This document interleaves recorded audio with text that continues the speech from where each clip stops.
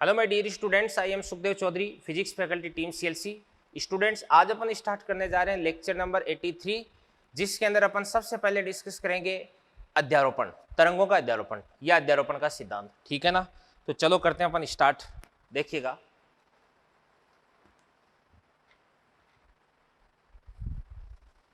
तो हेडिंग है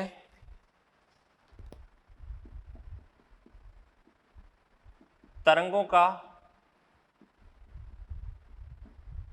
अध्यारोपण। इंग्लिश में इसको अपन बोल सकते हैं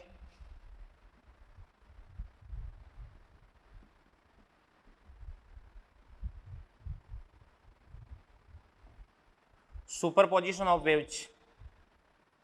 सुनना पे ध्यान से देखना। देखो, यदि किसी माध्यम में एक साथ केवल एक तरंग संचरित हो रही है तो माध्यम का प्रत्येक कण उस तरंग के अनुसार कंपन करता है और माध्यम के प्रत्येक कण का जो विस्थापन है वो तरंग डिसाइड करती है भी। ठीक है ना? और यदि किसी माध्यम में एक साथ दो या दो से ज्यादा तरंगें संचरित हो रही है तो इस स्थिति में माध्यम की किसी भी कण का विस्थापन कोई भी इंडिविजुअल वेव है, कोई भी जैसे एक सिंगल वेव है, वो डिसाइड नहीं करती है। तो इस स्थिति में सारी सारी जो वेव्स है वो मिलकर के उस पार्टिकल का डिस्प्लेसमेंट, उस पार्टिकल का विस्थापन है वो तय करती है भी। ठीक है ना? तो अपन बोल सकते हैं यहाँ पे कि यदि किसी माध्यम में एक साथ दो या दो से ज्यादा तरंगें संचरित हो रही है तो इस स्थिति में माध्यम के किसी भी कण का जो विस्थापन है वो सभी तरंगों के विस्थापनों के सदिश योग के बराबर होता है। ठीक है ना? तो मैं लिख सकता हूं यहाँ पे कि किसी कण का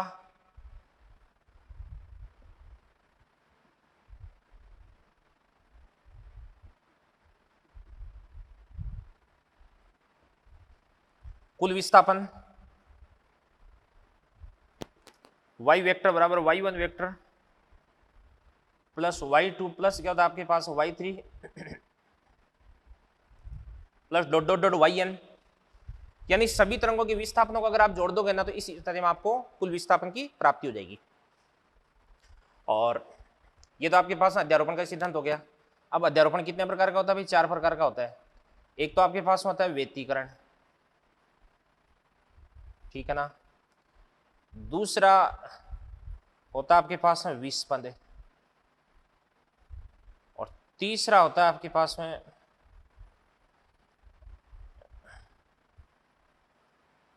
अपरगामी तरंगें। चौथा होता है लिसाजू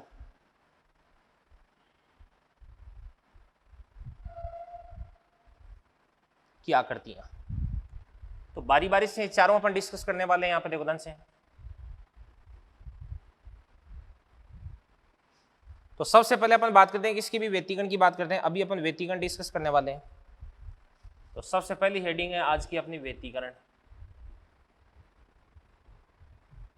तो व्यतिकरण का मतलब होता है इंटरफेरेंस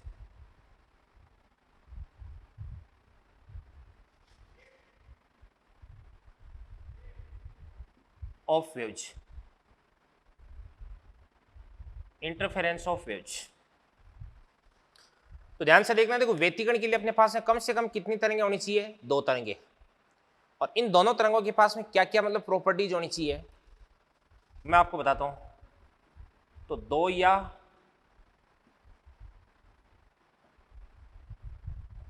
अधिक तरंगें होनी चाहिए। जितनी भी आपके पास में तरंगें हैं सभी तरंगों का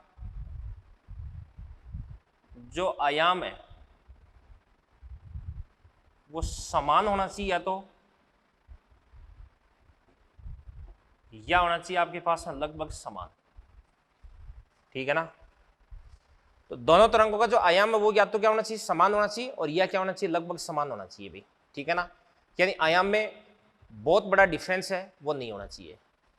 दूसरी बात, दोनों तरंगों की जो आवृत्ति है ये एग्जैक्टली समान होनी चाहिए, बिल्कुल समान होनी चाहिए भाई। मतलब आपके पास n1 बराबर क्या होना चाहिए? n2 होना चाहिए। दोनों तरंगों की जो डायरेक्शन ऑफ प्रोपेगेशन है वो भी क्या होनी चाहिए? समान होनी चाहिए। यानी पहली तरंग अगर धनात्मक x अक्ष के अनुदिश संचरित हो रही तो दूसरी तरंग भी धनात्मक x अक्ष के अनुदिश संचरित हो, तीसरी तरंग भी धनात्मक एक्स अक्ष के अनुदिश संचरित हो, ठीक है ना। और फिर उसके बाद में दोनों तरंगों के बीच में जो कलांतर है वो समय के सापेक्ष होना चाहिए, नियत होना चाहिए। क्या होना चाहिए? नियत। यानी जो फाई है वो टाइम पे डिपेंड नहीं करना चाहिए, डेल्टा फाई है वो टाइम पे डिपेंड नहीं करना चाहिए। और ऐसी तरंगें जिनके बीच का कलांतर समय के सापेक्ष नियत रहता है, हमेशा कांस्टेंट रहता है, उन तरंगों को अपन बोलते हैं कला संबद्ध तरंगे। क्या बोलते हैं? कला संबद्ध तरंगे। इनको अपन बोलते हैं कला संबद्ध तरंगे, कोहेरेंट वेव्स। ये बात होगी भी। अब सुनना ध्यान से, देखना, देखो, अगर ऐसी दो या दो से ज्यादा तरंगे जिनका आयाम समान या लगभग समान है, आवृत्ति बिल्कुल समान है, डायरेक्शन ऑफ प्रोपेगेशन समान है, और साथ में दोनों तरंगों के बीच का कलांतर समय के सापेक्ष कांस्टेंट है, यानी बदलता नहीं है, ठीक है ना। तो इस स्थिति में दोनों तरंगों के अध्यारोपण से अपने को कुछ पॉइंट्स ऐसे प्राप्त होते हैं जहां पे परिणामी आयाम और तीव्रता अधिकतम प्राप्त होती है, और कुछ पॉइंट्स अपने को ऐसे प्राप्त होते हैं जहां पे परिणामी आयाम और तीव्रता न्यूनतम प्राप्त होती है। अधिकतम आयाम और तीव्रता वाली जगहों को अपन बोलते हैं, उन स्थितियों को अपन बोलते हैं संपोषी व्यतिकरण की स्थितियां, पोजीशंस ऑफ कंस्ट्रक्टिव इंटरफेरेंस। और जहां पर आपको परिणामी आयाम और तीव्रता न्यूनतम प्राप्त होते हैं उनको अपन बोलते हैं विनाशी व्यतिकरण की स्थितियां, पोजीशंस ऑफ डिस्ट्रक्टिव इंटरफेरेंस। तो दो प्रकार का इंटरफेरेंस अपने पास होने वाला है।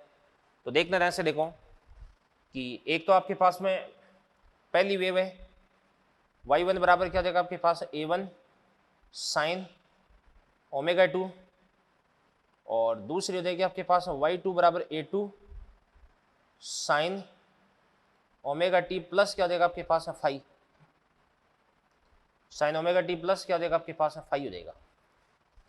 तो यहां पे अपन देख सकते हैं कि पहली तरंग, या इसको लिख सकते हैं ओमेगा टी माइनस क्या देगा आपके पास है? के एक्स लिख दो इसको आप, ठीक है ना। ये आपके पास हो जाएगा omega t minus K x plus क्या देगा? फाई हो जाएगा।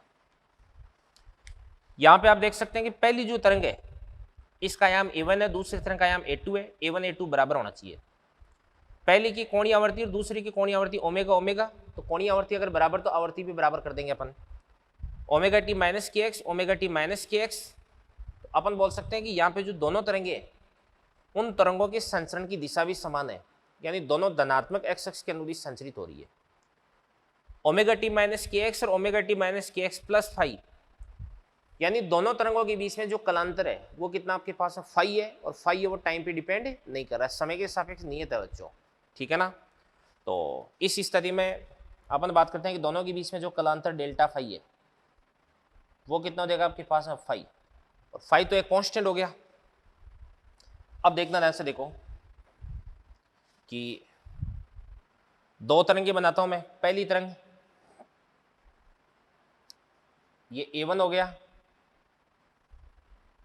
और दूसरी तरंग ये a2। ये अगर a1 है तो ये अगर a1 हो गया तो ऑब्वियसली ये भी आपके पास है a1 होगा, और ये अगर a2 तो ये भी आपके पास है क्या बन जाएगा? a2 बन जाएगा। अब आपको बताइए सदिश योग तो आपको करना आता ही है। ये a1 हो गया, ये a2 हो गया, तो इस a1 के टेल से a2 के हेड की तरफ जो वेक्टर बना दोगे वो आपके पास है इन दोनों का रिजल्टेंट हो जाएगा। और रिजल्टेंट को अपन क्या लिख सकते हैं? अभी इसको अपन लिख देंगे a लिख देंगे, इधर से इधर की तरफ इसको अपन क्या बना देंगे? a बना देंगे। तो a क्या हो जाएगा आपके पास में? परिणामी आयाम हो जाएगा। तो यहाँ पे a1 और a2 इन दोनों के बीच की जो कला है, इन दोनों के बीच की जो फेज है वो फेज कितनी हो जाएगी आपके पास है? फाई। और इस एक का एक a1 के साथ में जो एंगल है इसको अपन क्या बोल सकते हैं? इसको अपन एल्फा बोल सकते हैं अभी, ठीक है ना। और सदिश योग करना तो आपको आता ही है। a1 a2 इन दोनों के बीच का कोण कितना है? अभी फाई है। तो a बराबर कितना हो जाएगा? याद होगा आपको समांतर चतुर्भुज का नियम। तो समांतर चतुर्भुज का नियम ये कहता है कि a बराबर a1 square plus a2 square plus 2a1 a2 cos phi का रूट हो जाएगा। ये तो आपके पास में क्या हो जाएगा अभी परिणामी आयाम, ठीक है ना, इसको तो अपन बोल सकते हैं परिणामी आयाम।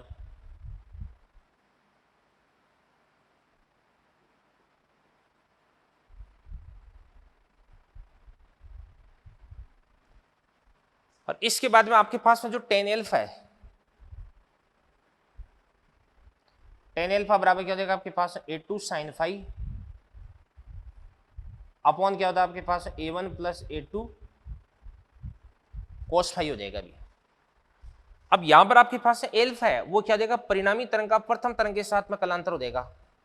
तो एल्फा को मैं लिख दूंगा परिणामी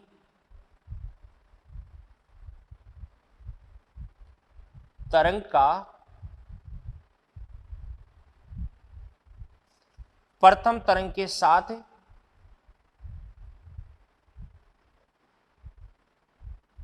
कलांतर।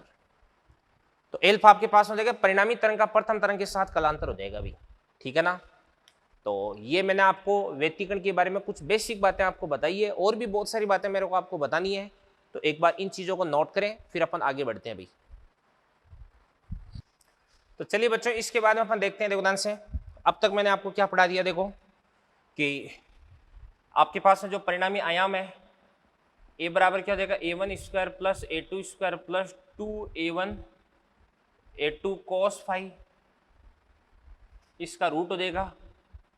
और इसके अंदर अपन देख सकते हैं कि यदि आपके पास में फाई बराबर कितना है 0 डिग्री, चलो वो तो अपन बाद में बातें करेंगे इसकी, ठीक है। अब अपन बात करते हैं परिणामी तीव्रता की, बात करते हैं परिणामी तीव्रता की। तो परिणामी तीव्रता क्या हो जाएगी, ध्यान से देखना, देखो आई डायरेक्टली प्रोपोर्शनल टू आयाम स्क्वायर होता है, तो आई बराबर क्या हो जाएगा आपके पास है के इंटू A1 स्क्वायर हो जाएगा। तो I1 बराबर कितना हो जाएगा आपके पास है के A1 स्क्वायर, और I2 बराबर कितना हो जाएगा आपके पास है के A2 स्क्वायर हो जाएगा, ठीक है ना। तो यहां पर आपके पास क्या बन जाएगा, ध्यान से अपन जानते हैं कि आई बराबर क्या आपके पास में के इंटू ए स्क्वायर, तो के ए स्क्वायर की बात करते हैं, तो आपके पास बन जाएगा A1 square plus A2 square plus 2A1 A2 cos phi, अंदर मल्टीप्लाई कर देंगे तो आपके पास आई बराबर के A1 स्क्वायर प्लस के A2 square plus 2 A1 A2 cos phi. अब यहां पर आपके पास आई बराबर के A1 स्क्वायर को अपन क्या लिख सकते हैं भाई I1, के A2 स्क्वायर को क्या लिख सकते हैं I2 प्लस 2, इसके बाद में के को अपन क्या लिख सकते हैं रूट के इंटू रूट के, दो जगह इस A1 को इस पहले वाले रूट के साथ में ले आएंगे ब्रैकेट में, तो A1 स्क्वायर बन जाएगा, और A2 को दूसरे वाले रूट में ले जाएंगे, तो आपके पास बन जाएगा 2 root of I1 I2 cos phi बन जाएगा अभी। ये आपके पास में परिणामी तीव्रता का फॉर्मूला बन जाएगा।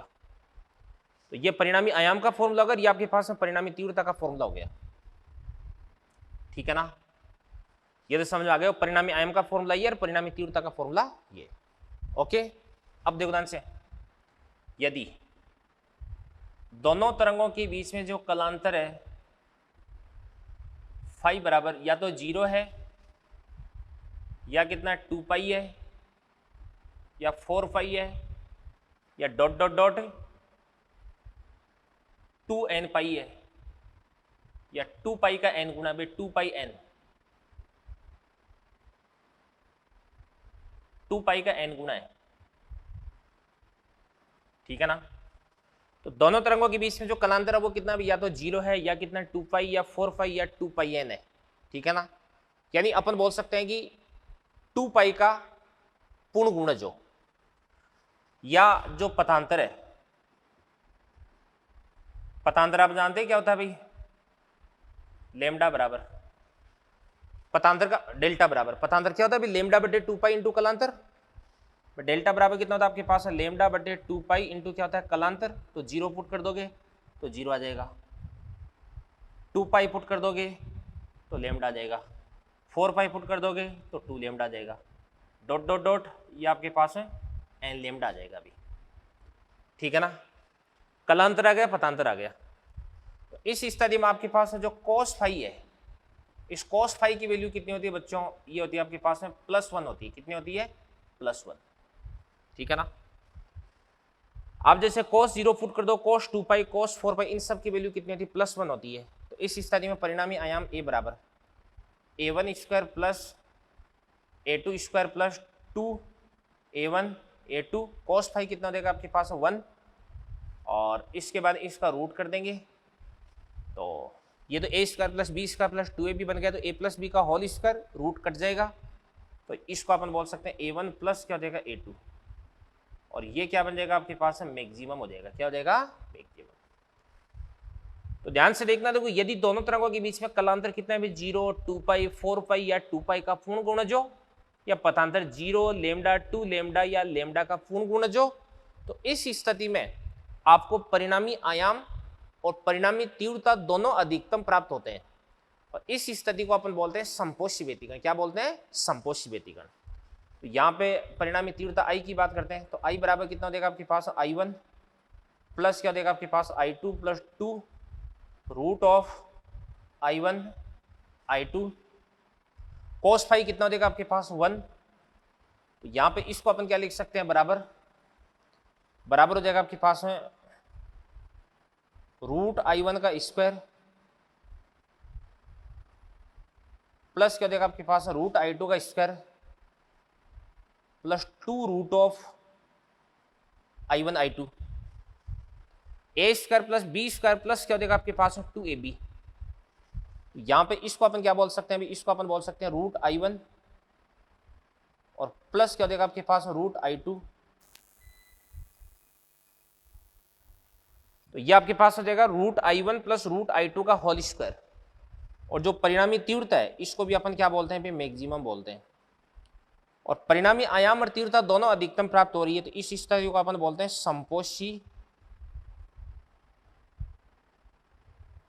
व्यतिकरण। क्या बोलते हैं? समपोषी व्यतिकरण, यानी कंस्ट्रक्टिव इंटरफेरेंस। ये आपके पास में कंस्ट्रक्टिव इंटरफेरेंस हो जाएगा। तो ध्यान से देखना, देखो दोनों तरंगे अगर समान कला में होती है तो इस स्थिति में परिणामी आयाम और तीव्रता अधिकतम प्राप्त होते हैं। इस स्थिति को अपन बोलते हैं समपोषी व्यतिकरण, ठीक है ना।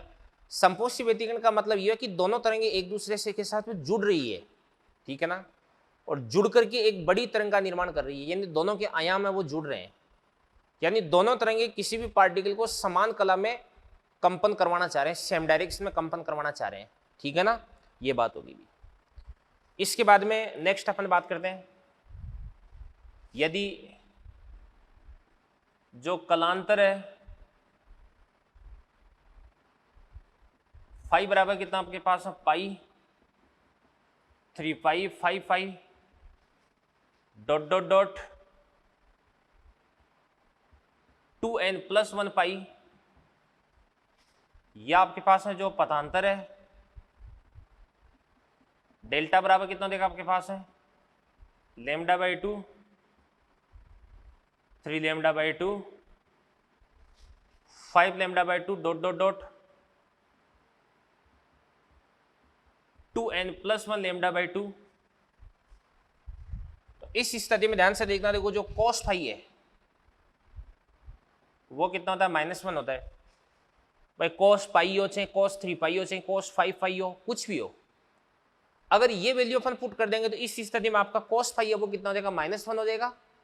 और इस स्थिति में जो परिणामी आयाम है a बराबर क्या हो जाएगा आपके पास? a1 स्क्वायर प्लस क्या हो जाएगा आपके पास? a2 square plus 2a1 a2, cos phi कितना हो जाएगा? -1, और a square plus B square minus 2ab, इसको अपन क्या बोलेंगे? a माइनस बी का होल स्क्वायर, ऊपर रूट लगा हुआ है, स्क्वायर रूट कट जाएंगे, तो ये आपके पास बन जाएगा a1, अंतर क्या हो जाएगा आपके पास? a2 हो जाएगा, और इसको अपन क्या बोल सकते हैं? ये आपके पास मिनिमम हो गया। क्या हो गया? मिनिमम।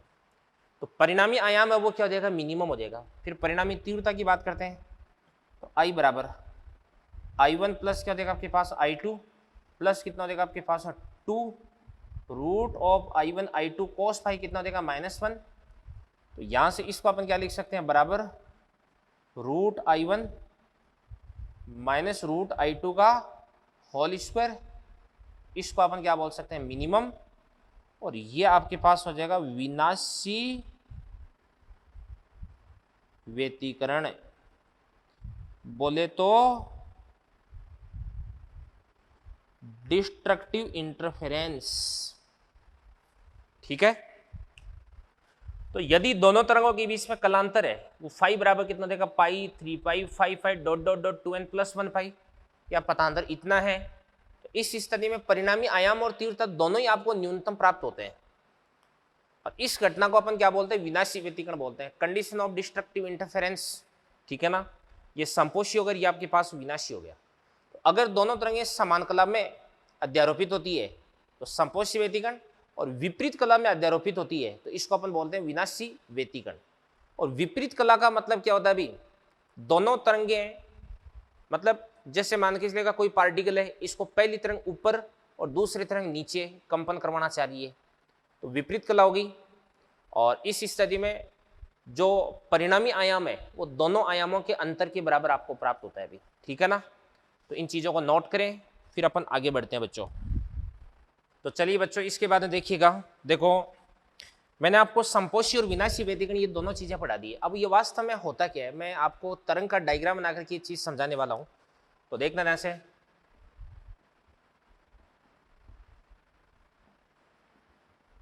संपोषी व्यतिकरण, इसके अंदर ध्यान से देखना, देखो दोनों तरंगें एक दूसरे में जुड़ती है, तो कैसे जुड़ सकती है, देखो कि जैसे मान के चलिए ये आपके पास में कोई पहली तरंग है,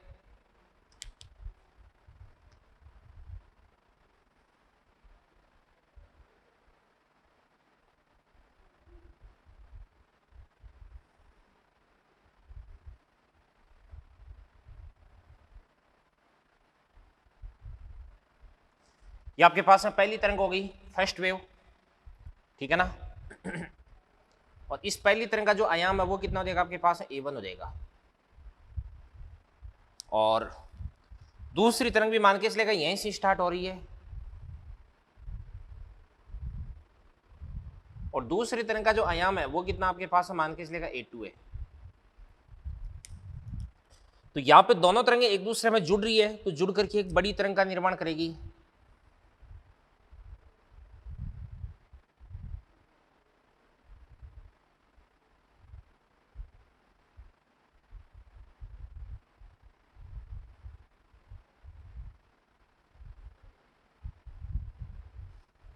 तो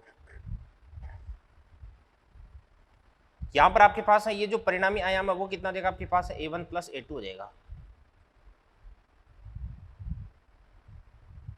ठीक है भाई, ये बात होगी। ये तो संपोषी व्यतिकरण का डायग्राम हो गया। इसके बाद अगला अपन देखते हैं,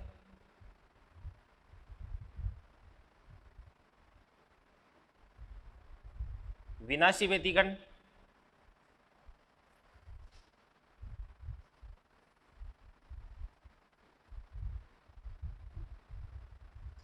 तो विनाशी व्यतिकरण के अंदर दोनों तरंगें विपरीत कला में अध्यारोपित होती है। तो विपरीत कला में कैसे अध्यारोपित होती है, देखो जो फर्स्ट वेव है, ये फर्स्ट वेव है, इसका आयाम कितना हो जाएगा, A1। और उसके बाद में जो सेकंड वेव है वो मेरे को नीचे की तरफ बनानी है भाई, यहां पे ये सेकंड वेव हो गई। अब यहां पे दोनों तरंगें एक दूसरे का विरोध कर रही है, तो इस स्थिति में जो परिणामी तरंग है वो ये बन जाएगी, और इसका जो आयाम है ये आपके पास A1 - A2 हो जाएगा अभी। ठीक है ना। तो ये मैंने आपको विनाशी व्यतिकरण समझा दिया है। ओके भाई, अब चलो अपन देखते हैं। तो मेरे हिसाब से आपकी समझ में आ गया कि संपोषी व्यतिकरण और विनाशी व्यतिकरण क्या होता है। अगर दोनों तरंगें समान कला में अध्यारोपित होती है तो संपोषी व्यतिकरण, परिणामी आयाम और तीव्रता अधिकतम। और यदि दोनों तरंगें विपरीत कला में अध्यारोपित होती है तो विनाशी व्यतिकरण, और इस स्थिति में परिणामी आयाम और तीव्रता एक न्यूनतम होते हैं अभी। ओके, इसके बाद नेक्स्ट देखिएगा, देखो यदि आपके पास A1 बराबर A2 बराबर क्या देगा आपके पास A0, ये मैंने माना है। तो इस स्थिति में परिणाम में A बराबर, इसका फॉर्मूला क्या हो जाएगा, वेक्टर वाले चैप्टर में आपको बता रखा मैंने, 2A0 cos 5/2 देगा, ठीक है ना। और इसके बाद में यदि I1 बराबर क्या देगा आपके पास, I2 बराबर I0, ये मैंने माना है। तो इस स्थिति में परिणामी तीव्रता कितना देगी आपके पास, 4I0 cos स्क्वायर 5/2 देगा भी, ठीक है ना, ये चीज होगी भी। तो ये वाले फॉर्मूले भी आपको ध्यान में रखने हैं। अब सुनिएगा ध्यान से, देखना, देखो मैं देखता हूं औसत तीव्रता। तो औसत तीव्रता क्या होती है आपके पास, आई एवरेज बराबर आई मैक्सिमम प्लस आई मिनिमम बटे 2। तो यहां पर आपके पास है जो आई मैक्सिमम होता है, आई मैक्सिमम बराबर कितना होता है अभी, नीचे लिख देता हूं मैं। आई मैक्सिमम बराबर होता है आपके पास I1 plus I2 plus 2 root of I1 I2, और आई मिनिमम बराबर कितना होता है आपके पास, plus I1 plus I2 minus 2 root of I1 I2 upon में क्या देगा आपके पास 2। तो यहां पे तो प्लस माइनस कैंसिल आउट हो जाएगा, तो यहां से आपके पास आ जाएगा आई एवरेज बराबर I1 प्लस I2 देगा भी। तो आपकी जो औसत तीव्रता है वो दोनों तीव्रताओं के योग के बराबर प्राप्त होती है बच्चों, ठीक है ना। तो आपके पास आ जाएगा आई एवरेज बराबर I1 प्लस I2 बटे 2, ठीक है ना। तो इसको करें नोट, फिर अपन बढ़ते आगे। तो चलिए इसके बाद में देखते हैं अपन नेक्स्ट, देखिएगा देखो ध्यान से, कुछ फॉर्मूले में आपको बताने वाला हूं। फॉर्मूले, परिणामी आयाम का फॉर्मूला क्या होता है, ए बराबर क्या होता है, A1 square plus A2 square plus 2A1 A2 cos 5 का रूट, बता चुका हूं आपको मैं। ए बराबर कितना होता है आपके पास, 2A0 cos 5/2, अभी भी बताया। ये कब लागू होता है, जब A1 और A2 का मान बराबर है। इसी प्रकार से I बराबर I1 plus I2 plus 2 root I1 I2 cos 5, I बराबर 4I0 cos स्क्वायर 5/2, ये कब लागू होता है, जब I1 I2 का मान I0 के बराबर है। इसके बाद में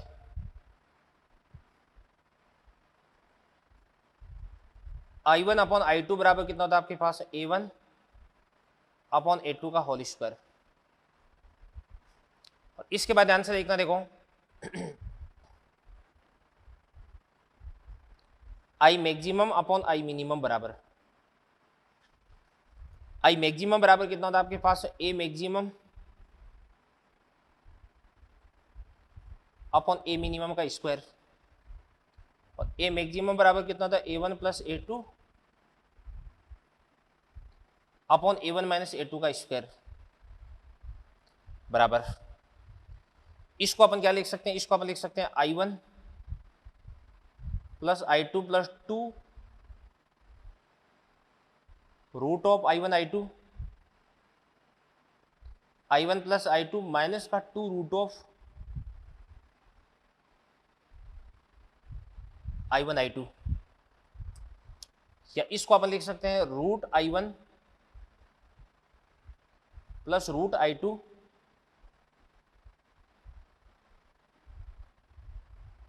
upon root I1 minus root I2 का होल स्क्वायर हो जाएगा अभी, ठीक है। अब सुनना ध्यान से, देखना, देखो एक होती व्यतिकरण प्रतिरोध की कोटि होती है भी,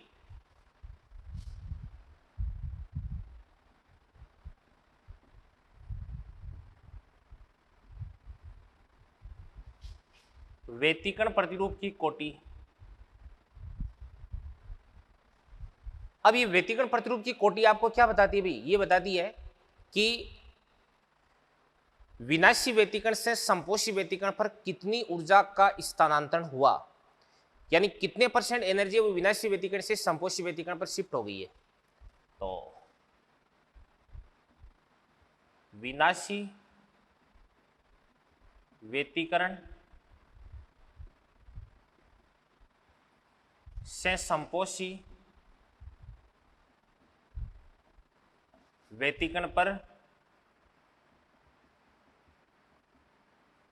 स्थानांतरित ऊर्जा का प्रतिशत। तो यहां से अपने को यह पता चलता है कि कितने प्रतिशत एनर्जी है वो विनाशी व्यतिकरण से संपोषी व्यतिकरण की स्थितियों पर शिफ्ट हुई है।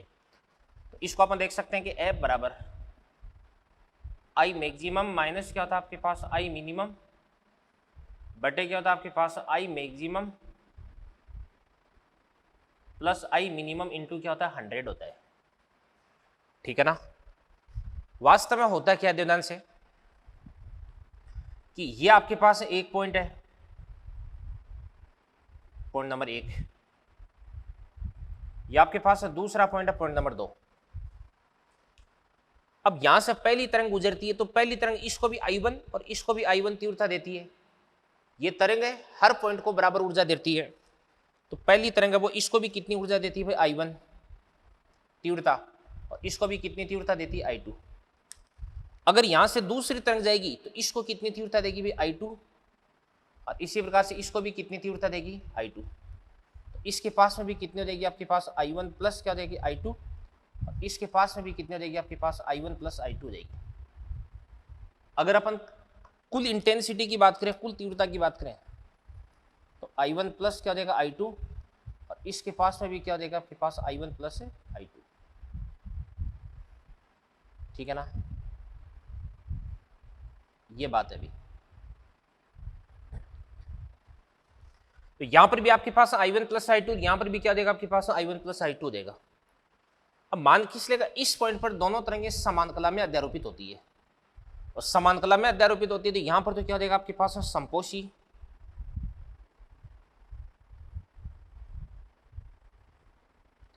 और यहां पर मान के चलेगा विपरीत कला में अध्यारोपित होती है तो इसको अपन बोलते हैं विनाशी व्यतिकरण। तो विनाशी व्यतिकरण से जो ऊर्जा आपके पास I1 प्लस I2, इसका कुछ पार्ट है वो उठ करके इस पे आ जाता है अभी। ठीक है ना, कुछ पार्ट है वो तीव्रता का इस पे स्थानांतरित हो जाता है। इस कारण से यहां पर जो इंटेंसिटी है वो तो I1 प्लस I2 से कम हो जाएगी, और यहां पर इंटेंसिटी I1 प्लस I2 से ज्यादा हो जाएगी।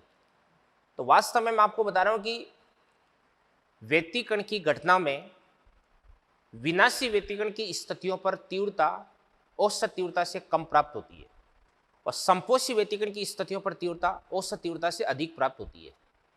इसका मतलब ये नहीं है कि विनाशी व्यतिकरण की स्थितियों पर ऊर्जा का विनाश हो रहा है और संपोषी व्यतिकरण की स्थितियों पर ऊर्जा का निर्माण हो रहा है, ऐसा नहीं है। जबकि वास्तव में ऊर्जा विनाशी व्यतिकरण की स्थितियों से संपोषी व्यतिकरण की स्थितियों पर स्थानांतरित होती है। तो व्यतिकरण की घटना में ऊर्जा के उत्पादन या ऊर्जा के विनाश की बात नहीं करते हैं अपन, ऊर्जा का उत्पादन या ऊर्जा का विनाश नहीं होता है, जबकि वास्तव में ऊर्जा का पुनर्वितरण होता है, रीडिस्ट्रीब्यूशन होता है।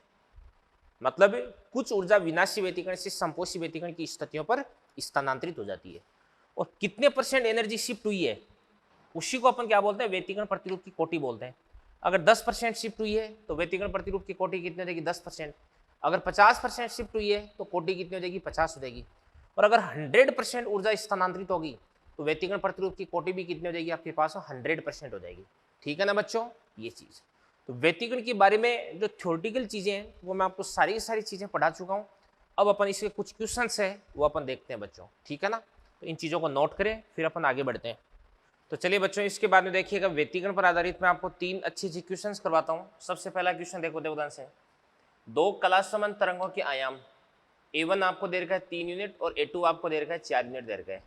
तो आपको अधिकतम और न्यूनतम तीव्रता का जो रेशियो है वो आपको बताना है, और साथ में आपको व्यतिकरण प्रतिरूप की जो कोटि है F है ये भी आपको बतानी है भी। ठीक है ना, तो चलो देखते हैं अपन सबसे पहले इसको। यहाँ पे A1 आपको दे रखा है, A2 आपको दे रखा है। तो फर्स्ट का सॉल्यूशन अपन करते हैं। ये अपने को पूछा जा रहा है आई मैक्सिमम अपॉन क्या हो जाएगा आपके पास आई मिनिमम बराबर हो जाएगा आपके पास ए मैक्सिमम अपॉन ए मिनिमम का स्क्वायर। और आपको पता है कि ए मैक्सिमम कितना होता है, ए वन प्लस ए टू होता है, और ए मिनिमम कितना होता है, ए वन माइनस ए टू होता है। तो ए वन प्लस ए टू कितना हो जाएगा आपके पास है 3 + 4, और ये आपके पास हो जाएगा 4 - 3। इसका अपन क्या कर देंगे, स्क्वायर कर देंगे। 4 3 कितना हो जाएगा 7, 7 का स्क्वायर कितना हो जाएगा आपके पास 49 बटे 4 - 3 कितना हो जाएगा 1, 1 का स्क्वायर कितना हो जाएगा आपके पास 1 हो जाएगा। यानी यहाँ पर आपके पास है जो अधिकतम तीव्रता है इसका अनुपात कितना हो जाएगा अभी, अधिकतम तीव्रता और न्यूनतम तीव्रता का अनुपात कितना हो जाएगा 49:1 हो जाएगा। ठीक है ना। अब इसके बाद है सेकंड आपके पास एफ बराबर, ये क्या होता है आपके पास I maximum minus I minimum बटे I maximum plus I minimum into 100 बराबर।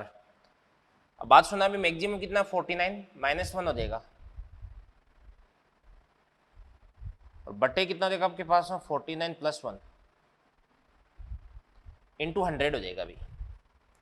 तो 49 में से 1 को माइनस कर देंगे, कितना हो जाएगा 48, और 49 + 1 हो जाएगा 50, 100/50 कितना हो जाएगा 2, और 2 × 48 कितना हो जाएगा आपके पास 96% हो जाएगा।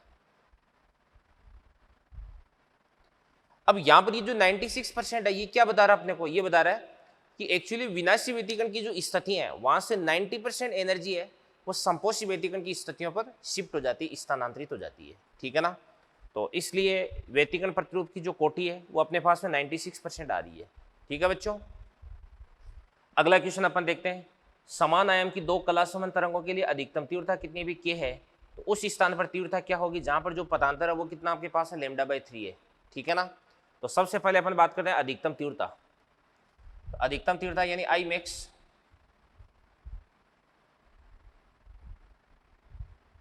के लिए, अधिकतम तीव्रता के लिए ध्यान से देखना, देखो जो फाई है वो आपके पास में कितना हो जाएगा 0 देगा। तो अपन जानते हैं कि आई बराबर कितना होता है बताओ 4I0 cos स्क्वायर 5/2। फाई कितना हो जाएगा आपके पास है 0, 0/2 कितना हो जाएगा 0, और cos 0 कितना होता है 1, 1 का स्क्वायर कितना हो जाएगा 1। तो यहाँ पर आपके पास में कितना हो जाएगा 4I0 हो जाएगा। और इस 4I0 को क्वेश्चन क्या बोल रहा है अभी, के बोल रहा है। क्या बोल रहा है के। तो ध्यान से देखना, देखो इस 4I0 को यहाँ पे के बोला जा रहा है, ये बात होगी भी। इसके बाद में से उस स्थान पर तीव्रता क्या होगी जहां पे पदांतर λ/3 है। बट फॉर्मूले में तो अपन कलांतर पुट कर सकते हैं, तो अपन एक काम करते हैं पदांतर से कलांतर निकालते। तो कलांतर बराबर कितना होता है आपके पास में देवदान से 2π/λ इंटू पदांतर, और पदांतर कितना हो जाएगा आपके पास है λ/3। लैम्डा से लैम्डा को कैंसिल आउट कर देंगे, ये आपके पास हो जाएगा 2π/3। ठीक है ना। ये कितना हो जाएगा आपके पास में 2π/3 हो जाएगा। अब अपन बात करते हैं 2π/3। तो 2π/3 कितना होता है बताओ 120 डिग्री होता है। ये होता है आपके पास 120 डिग्री। अब इंटेंसिटी निकालते हैं अपन, तो आई बराबर कितना होता है बताओ, ये होता है आपके पास में 4I0 cos स्क्वायर 5/2। तो cos स्क्वायर 5 कितना हो जाएगा 120, 120/2 कितना हो जाएगा आपके पास में 60 हो जाएगा। अब अपन बात करते हैं cos 60। बताओ cos 60 कितना होता है 1/2, और 1/2 का अगर अपन यहाँ से स्क्वायर कर देंगे तो कितना हो जाएगा 1/4। तो ये आपके पास I0 आ जाएगा, और यहाँ से 4I0 बराबर कितना हो जाएगा के। तो I0 बराबर कितना हो जाएगा आपके पास है के बटे ये आपके पास है 4 हो जाएगा। अभी समझ में आगे ना बात है। अगला क्वेश्चन अपन देखते हैं, देखो व्यतिकरण की घटना में 20% ऊर्जा का स्थानांतरण होता है, तो A1/A2 क्या हो जाएगा अभी, यदि इंटरफेरेंस के अंदर 20% एनर्जी है वो स्थानांतरित होती है। तो इसका मतलब ये हुआ कि एक तो आपके पास में ये पॉइंट हो गया, और एक आपके पास में ये पॉइंट हो गया। यहाँ पे इसको अपन क्या बोल सकते हैं अभी डिस्ट्रक्टिव इंटरफेरेंस, इसको भी अपन क्या बोल सकते हैं कंस्ट्रक्टिव इंटरफेरेंस। यहाँ पे मान के इसलिए एनर्जी कितनी थी भाई औसत ऊर्जा 100, और यहाँ पर भी जो औसत ऊर्जा वो कितनी आपके पास 100 है। वास्तव में व्यतिकरण में होता क्या अभी, विनाशी व्यतिकरण की स्थितियों से संपोषी व्यतिकरण की स्थितियों की ऊर्जा का स्थानांतरण होता है। तो ये बोला जा रहा है कि यहाँ से ना 20% है वो इस पे शिफ्ट हो रहा है। अब 100 का 20 कितना होता है भाई 20 होता है, तो ये आपके पास में 20 हो गया अभी। तो यहाँ से क्या हो जाएगा आपके पास में माइनस का 20 और यहाँ पर क्या हो जाएगा आपके पास में प्लस का 20 हो जाएगा। तो ये आपके पास में कितना हो जाएगा अभी 80 और यहाँ पर ये कितना हो जाएगा आपके पास 120 हो जाएगा। तो इसको तो अपन क्या बोल सकते हैं भाई आई मिनिमम और यहाँ पर इसको अपन क्या बोल सकते हैं भाई आई मैक्सिमम बोल सकते हैं। ठीक है ना। अब यहाँ पर आपके पास आई मिनिमम और आई मैक्सिमम आ गया तो करते हैं इसको अपन सॉल्व। देखना ध्यान से देखो क्या बन जाएगा। अपन जानते हैं कि आई मिनिमम बटे आई मैक्सिमम बराबर मिनिमम कितना हो जाएगा आपके पास 80 और मैक्सिमम कितना हो जाएगा 120। तो इसको अपन 40 से डिवाइड कर देंगे तो ये कितना हो जाएगा आपके पास 2/3 और इसके बाद में दुदन से आई मिनिमम तो ये आपके पास ए मिनिमम तो ए मिनिमम कितना हो जाएगा आपके पास A1 माइनस A2 और अपॉन A1 प्लस क्या हो जाएगा आपके पास A2। इसका अपन क्या कर देंगे स्क्वायर कर देंगे। दोनों तरफ से अगर अपन रूट कर देंगे तो रूट करने पर आपको क्या प्राप्त हो जाएगा देखो A1 माइनस क्या हो जाएगा A2 upon A1 plus A2 बराबर ये आपके पास अंडरूट का 2 बटे अंडरूट का 3 हो जाएगा। इसके बाद यदि इसको अपन क्रॉस मल्टीप्लाई करके सोल्व करेंगे तो ये अपने पास हो जाएगा A1 बटे A2 बराबर। तो A1 बटे A2 बराबर कितना हो जाएगा ये हो जाएगा आपके पास में √3 प्लस कितना हो जाएगा √2 बटे क्या हो जाएगा आपके पास √3 माइनस का √2 हो जाएगा। तो अगर अपन इसको क्रॉस मल्टीप्लाई करके सोल्व करेंगे तो ये अपने पास आंसर आ जाएगा। ठीक है ना। तो करें इन सारे के सारे क्वेश्चंस को नोट फिर उसके बाद में अपन आगे बढ़ते हैं।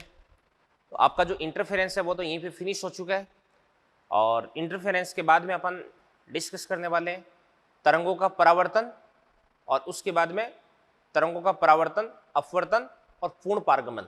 ठीक है ना ये डिस्कस करेंगे अपन। तो चलिए बच्चों इसके बारे में अपन डिस्कस करते हैं तरंगों का परावर्तन व पारगमन। ठीक है ना। तो सबसे पहले आपको बता दो कि परावर्तन और पारगमन में अंतर क्या है क्या होता है। देखना ध्यान से देखो जैसे मान के इसलिएगा ये आपके पास है इधर की तरफ माध्यम 1 है और ये इधर की तरफ आपके पास है माध्यम 2 है। इस माध्यम के अंदर तरंग की जो चाल है वो आपके पास है कितने भी V1 और इस माध्यम के अंदर तरंग की चाल कितने देगी आपके पास में V2 देगी और ये आपके पास में क्या हो जाएगी दोनों माध्यमों को पृथक करने वाली सतह हो जाएगी। यहाँ पर ये बाउंड्री है जो कि माध्यम 1 को माध्यम 2 से अलग कर रही है। ठीक है ना। अब इसके बाद में इधर से इस प्रकार से मैं कोई भी तरंग आपतित करवाता हूँ तो ये आपके पास तरंग इस प्रकार से यूँ आपतित होगी। ठीक है ना। और जैसे मैं यहाँ पर तरंग आपतित कराता हूँ इस तरंग का जो कुछ पार्ट है वो तो क्या हो जाएगा अभी परावर्तित हो जाएगा रिफ्लेक्ट होकर के वापस इधर की तरफ आ जाएगा। ये तो परावर्तित हो गया और कुछ ध्यान से देखना देखो वो इसी माध्यम के अंदर मतलब दूसरे माध्यम के अंदर चला जाएगा। इस माध्यम इस पृथककारी सतह को पार करके दूसरे माध्यम के अंदर एंटर कर जाएगा। तो यहाँ पर ये आपके पास है क्या हो जाएगा अभी पारगमित हो जाएगा। तो यहाँ पे इसको अपन क्या बोल सकते हैं अभी आपतित और यहाँ पर इसको अपन क्या बोल सकते हैं अभी परावर्तित और यहाँ पर इसको अपन क्या बोल सकते हैं अभी पारगमित।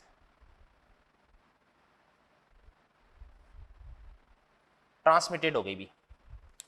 तो आपके पास है जो आपतित है इसकी अगर अपन बात करते हैं तो इसका आयाम कितना हो जाएगा इसका आयाम हो जाएगा आपके पास AI।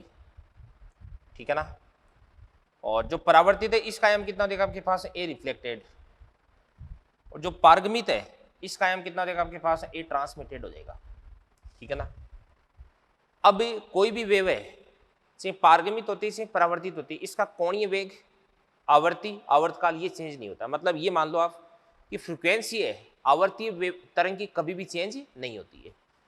तो इसकी आवर्ती एज इट इज रहेगी भी। तो इसका कोणीय वेग ओमेगा रहेगा इसका भी कोणीय वेग क्या रहेगा ओमेगा रहेगा और इसका जो कोणीय वेग है वो भी क्या रहेगा आपके पास है ओमेगा रहेगा भी। यानी मैं ये कह रहा हूँ कि ओमेगा है वो कभी भी चेंज नहीं होता है। अभी कोई भी वेव है चाहे किसी भी माध्यम से किसी भी माध्यम में चले जाए जो ओमेगा वो कभी भी चेंज नहीं होता है अभी। ठीक है ना। अब सुनना ध्यान से देखना देखो चाल होती है तरंग की चाल चेंज हो जाती है मान के इसलिए ये पहला माध्यम है, इस माध्यम के अंदर तरंग की चाल कितनी हो जाएगी v1, तो ये वाली जो चाल है ये भी कितनी हो जाएगी v1 हो जाएगी, क्योंकि माध्यम सेम है। बट इसके अंदर तरंग की जो चाल है वो कितनी हो जाएगी आपके पास में v2 हो जाएगी, ठीक है ना। और v1 बराबर कितना होता है आपके पास में ओमेगा बटा k1, और v2 बराबर कितना हो जाएगा ओमेगा, v2 बराबर कितना हो जाएगा ओमेगा बटा k2 हो जाएगा, ठीक है ना। ये बातें हो गई। अब यहां पर जो परावर्तन होता है वो भी दो प्रकार का होता है, एक तो होता है विरल माध्यम से परावर्तन और एक होता है सघन माध्यम से परावर्तन, ठीक है ना। तो अपन देखते हैं तो से फर्स्ट विरल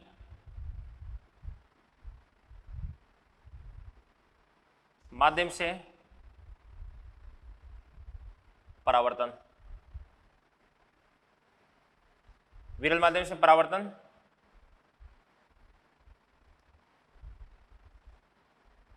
चलो सबसे पहले अपन परावर्तन की बात कर लेते हैं अभी, परावर्तन की। तो मैं यहां पे हेडिंग डाल देता हूं ए, ये हो जाएगा आपके पास परावर्तन। तो सबसे पहले अपन देखते हैं विरल माध्यम से परावर्तन। जो आपके पास आपती तरंग है, इस आपती तरंग की समीकरण क्या लिख सकते हैं,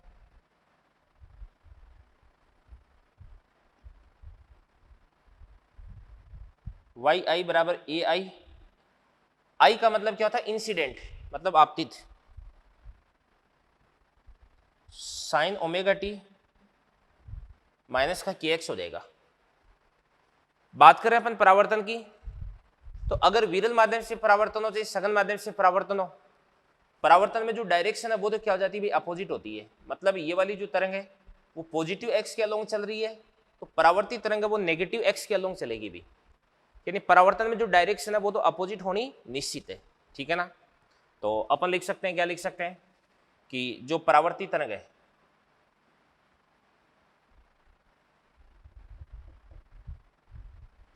उसको अपन क्या लिख सकते हैं, वाई रिफ्लेक्टेड बराबर ए रिफ्लेक्टेड साइन, इसके बाद ओमेगा टी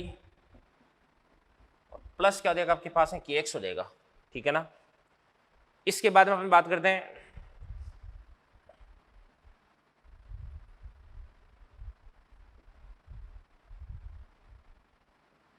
सघन माध्यम से परावर्तन।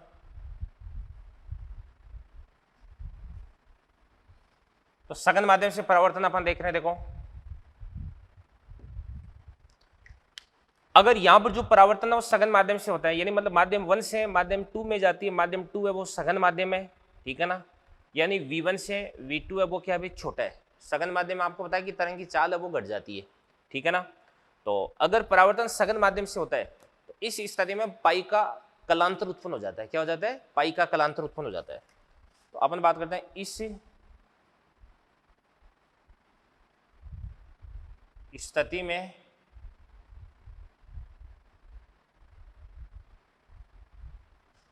पाई का कलांतर उत्पन्न हो जाता है, अर्थात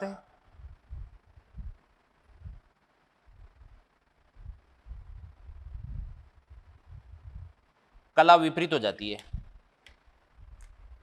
यह सबसे इंपॉर्टेंट बात है भाई,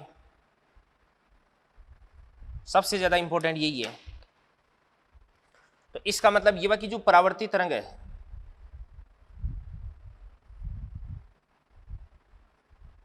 उसका समीकरण क्या बन जाएगा, y रिफ्लेक्टेड बराबर A reflected sine omega t minus K X की जगह प्लस के एक्स तो बनना ही है, और साथ में ध्यान से देखना, देखो यहां पे पाई भी आ जाएगा अभी। देखो यहां पर मैं आपको बताता हूं कि जो आपती तरंग है इसका आयाम कितना आपके पास है ai, इसका जो कोणीय वेग है कितना है ओमेगा है, और इसके संचरण की दिशा वो पॉजिटिव एक्स के अनुदिश है। अब आपको पता है कि परावर्तित होकर के तरंग जाएगी तो वो आपतित के अपोजिट होगी, यानी परावर्तन से सघन माध्यम से हो रहा है चाहे विरल माध्यम से हो रहा है, दोनों स्थितियों में इसकी जो डायरेक्शन ऑफ प्रोपेगेशन है वो तो अपोजिट होनी ही है। तो तरंग संचरण की दिशा को अपन विपरीत कर देंगे, यानी यहाँ पे माइनस की जगह प्लस लगा देंगे और यहाँ पर भी माइनस की जगह प्लस लगा देंगे। बट यदि परावर्तन विरल माध्यम से होता है तो इस स्थिति में किसी प्रकार का कलांतर उत्पन्न नहीं होता है, बट यदि जो परावर्तन है वो सघन माध्यम से होता है तो इस स्थिति में पाई का कलांतर उत्पन्न हो जाता है, यानी जो कला है वो क्या हो जाती है, विपरीत हो जाती है। और इस स्थिति में परावर्तित तरंग है, इसका समीकरण क्या बन जाएगा, A R sign omega t plus के एक्स प्लस क्या हो जाएगा, पाई हो जाएगा। ठीक है ना। और यहाँ पे इसको अपन क्या लिख सकते हैं, वाई रिफ्लेक्टेड बराबर, इसको अपन लिख सकते हैं माइनस का A R sign omega t plus क्या हो जाएगा आपके पास में, के एक्स हो जाएगा अभी। ठीक है ना, ये परावर्तित तरंग होगी। इसके बाद में अपन बात करते हैं, ये सघन माध्यम से परावर्तन हो गया, परावर्तन आपका कंप्लीट हो गया। अब अपन बात करते हैं पारगमन की, बात करते हैं ट्रांसमिशन। तो ये आपके पास हो जाएगा बी, तो बी हो जाएगा पारगमन यानी ट्रांसमिशन। तो पारगमन है वो चाहे सघन माध्यम से हो रहा है चाहे विरल माध्यम से हो रहा है, दोनों स्थितियों में जो डायरेक्शन है वो तो क्या रहती है, सेम रहती है। ठीक है ना, और किसी प्रकार का कलांतर उत्पन्न नहीं होता है अभी। ठीक है ना, केवल और केवल क्या चेंज होता है, वेग चेंज होता है अभी। तो अपन बात करते हैं कि पारगमन में जो डायरेक्शन ऑफ प्रोपेगेशन है और कला है वो तो क्या रहती है, अपरिवर्तित। ठीक है ना, तो डायरेक्शन ऑफ प्रोपेगेशन और जो कला है वो क्या रहती है, अपरिवर्तित रहती है। बट ध्यान से देखना, देखो जो चाल है वो क्या हो जाती है, परिवर्तित हो जाती है। तो अपन क्या लिख सकते हैं अभी, चाहे परावर्तन पारगमन है वो सघन है या विरल,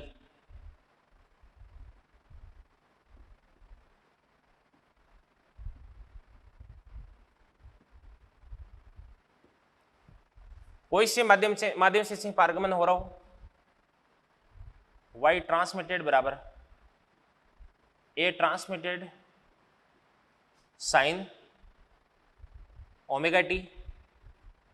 अब यहां पर माइनस के एक्स का क्या देगा आपके पास, माइनस का के एक्स आ जाएगा और किसी प्रकार का कलांतर उत्पन्न नहीं होता है। बट यहां पर अपन क्या बोलेंगे, इसको अपन K2 बोल देंगे। और यहां पर ये आपके पास क्या हो जाएगा अभी K1, यहां पर क्या हो जाएगा अपने पास में K1 परावर्तन में, और ये भी आपके पास क्या हो जाएगा K1, और ये भी आपके पास K1 हो जाएगा। और इसको अपन क्या बोलेंगे, K2 बोल देंगे।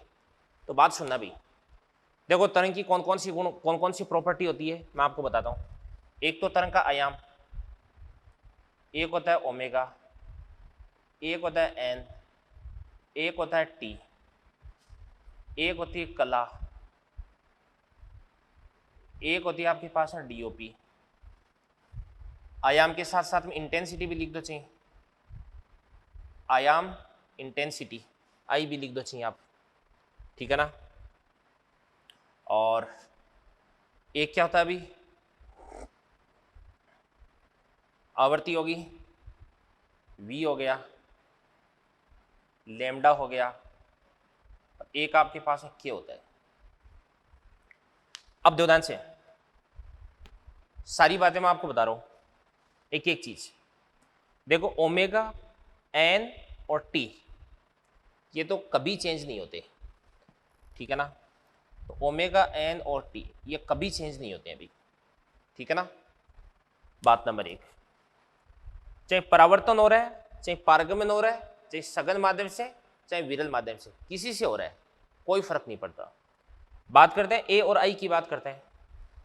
अब ध्यान से देखना, देखो ये हमेशा चेंज होते हैं। कैसे चेंज होते हैं कि अगर कोई भी वेव जाती है तो इसकी इंटेंसिटी का कुछ पार्ट है वो तो क्या हो जाता है, परावर्तित हो जाता है, कुछ पार्ट अवशोषित हो जाता है, और कुछ पार्ट क्या हो जाता है, पारगमित हो जाता है। न तो 100% पार्ट है वो परावर्तित हो पाता है, नहीं 100% ट्रांसमिट हो पाता है, और नहीं 100% एब्जॉर्ब हो पाता है। ठीक है ना, क्योंकि कोई भी जो सतह होती है वो पूर्ण परावर्तक, पूर्ण पारगमक या पूर्ण अवशोषक नहीं हो सकती। ये एक आइडियल कंडीशन है जो कि प्रैक्टिकली पॉसिबल नहीं है भाई। ठीक है ना, तो ये भी हमेशा चेंज होते हैं, तो ये दोनों भी हमेशा चेंज होते हैं भाई।